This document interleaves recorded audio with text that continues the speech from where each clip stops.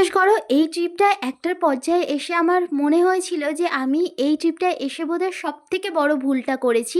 কারণ এত গরম হচ্ছিল আর এত কষ্ট হচ্ছিল যে কি বলবো। তার উপর আমার মাইগ্রেন আছে, আর যত গরম বা রোদের ভাবটা লাগছিল তত মাথার যন্ত্রণা হচ্ছিল।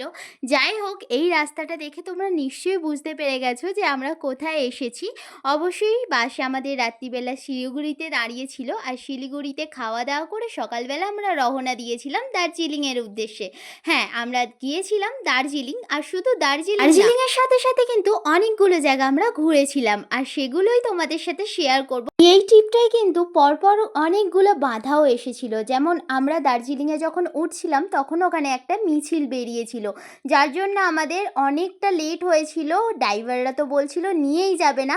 তারপর প্রচণ্ড জ্যামে 2-3 ঘন্টা আটকে পড়ে থাকা। যাই হোক, রাধে রাধে সবাইকে, পরের ব্লগে দেখা হচ্ছে।